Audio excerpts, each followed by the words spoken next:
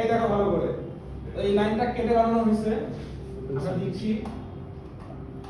আচ্ছা এখন মোটর চলতেছে না, হ্যাঁ কোনোভাবে মোটর চলতেছে না, তো আমাদের তো কোনো এখানে ভেরিয়েবল ড্রাইভার নাই, আমরা এখানে কি করছি বলতো ওপরে একটা পটেনশিয়াল মিটার ইউজ করছি। এই কেউ তো সামনে আসো, ফাঁক সামনে আসো, ধরো তো এটা তুমি কম্পন ফিল করতেছো কিনা হালকা, এতে করে কি বোঝা যায় বলো তো কি প্রসেস হচ্ছে, কি বলে একটা জিনিস ধাক্কা দিচ্ছে না। আচ্ছা তোমরা কি ফ্লেমিং রুল জানো? ফ্লেমিং রুল কিভাবে কাজ করে? এফবিআই ফোর্স উপরের দিকে, কারেন্ট দিকে, বি দিকে। বি মানে কি বলো তো, বলো চৌম্বকত্ব, ঠিক আছে? সেটা কি এই যে এটা একটু দেখালাম। সো আমি যখন কারেন্ট দিচ্ছি, প্লিজ আমি যখন কারেন্ট দিচ্ছি আমার এর মধ্যে কারেন্ট প্রবাহিত হচ্ছে না। সো আমার যেটা 90 ডিগ্রি বরাবর যে আমার চৌম্বকত্বটা আছে ও কি করতেছে বলো, কাট করতেছে, ম্যাগনেটিক ফ্লাক্সটাকে কাট করতেছে।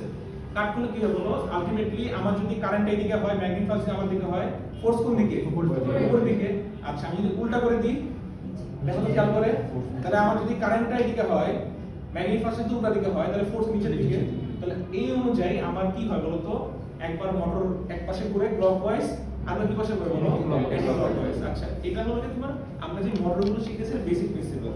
সো এই মোটরের ক্ষেত্রে যদি সিঙ্গেল ফেজ তুমি এটা ফিল করতেছো কোনো কিছু হচ্ছে, তার মানে এর যে আর্মেচার ওয়েন্ডিংটা আছে এখানে কিছু একটা কাট হচ্ছে, ফ্লাক্স বরাবর কিছু একটা কাট হচ্ছে। ওকে, তো যখন কাট হয় তখন কি করে বলো, এই যে রোটর পার্টটা আছে নড়ার চেষ্টা করতেছে, ধরো নড়ার চেষ্টা করতেছে, কিন্তু নড়তে পারতেছে কি?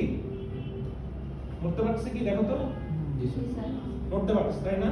আমি যদি হ্যাঁ নড়তেছে না, প্লিজ ভালো নোটিস করো। আমি যদি প্লাস দিয়ে, আচ্ছা আরেকজন লাগবে, এদিকে আসো মুসা, তুমি এটা ঘোরাবো আস্তে আস্তে করে। হ্যাঁ এটা একটা ভোল্টেজ সমস্যা নেই, বিদ্যুতের মধ্যে সব খাইছি।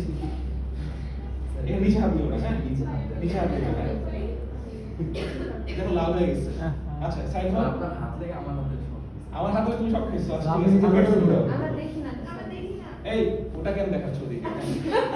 ঘুরাও আস্তে, এক সেকেন্ড, এটা কি ঘুরাইলে এটা উঠতেছে না, এক সেকেন্ড আস্তে ঘুরাবা। আমি যে প্লায়াসে ধরে আছি, ঘুরাও ঘুরাও ঘুরাও ঘুরাও, দেখছো?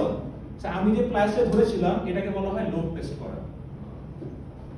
আমি সর্বোচ্চ পরিমাণ যখন ফুল টেস্ট দিবে, হ্যাঁ সব এই সার্কিটে খাইছি, বুঝতে পারছো?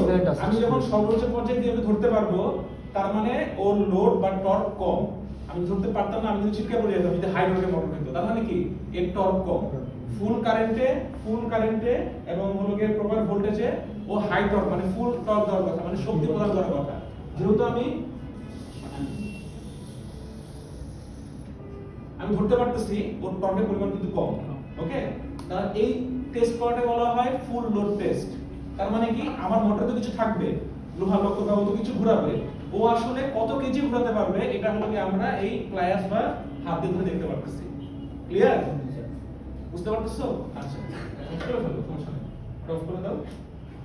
আচ্ছা ঠিক আছে, থ্যাংক ইউ। চলো যাও তোমরা, গরম হয়ে গেছে কেন বলো তো, ওই যে মাথা ধরেছিলাম যে ওই সময় কাজ করতে পারতেছিল না, পুরো গরম হয়ে গেছে। ওকে, এতে করে কি হয়, এই যদি টর্কের থেকে বেশি টর্ক দেওয়া হয় তার মানে কি ওর এফিসিয়েন্সি কমে যাবে, ওর আর্মেচারের উপর এফেক্ট করবে, ঠিক আছে? আলটিমেটলি কয়েলের উপর এফেক্ট করবে।